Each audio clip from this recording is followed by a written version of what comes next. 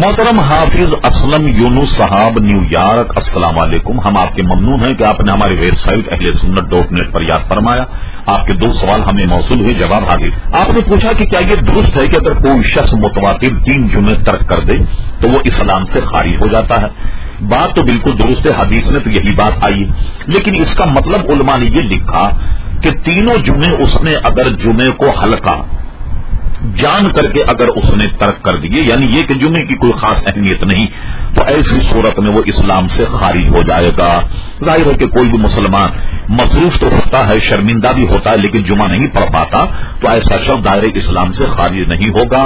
جمعے کو ہلکا اور کمتر جان کر اگر اس نے جمعہ نہیں پڑھا تو ایسا شخص یقیناً دائرے اسلام سے خارج ہو جائے.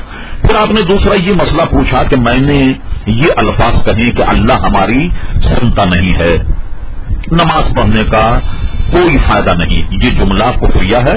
ایسا نہیں کہنا چاہیے کہ اللہ تعالیٰ ہماری سنتا نہیں، اللہ تبارک و تعالیٰ سب کی سنتا. اور یہ کہنا کہ نماز پڑھنے کا کوئی فائدہ نہیں، یہ قرآن مجید فرقان حمید کے نص کے خلاف ہے. ایسا نہیں کرنا چاہیے. آپ کو توبہ کرنی چاہیے، تجدید ایمان، تجدید نکاح دونوں آپ کو کرنا چاہیے، ٹھیک ہے نا. اور ایسے الفاظ آئندہ استعمال نہیں کر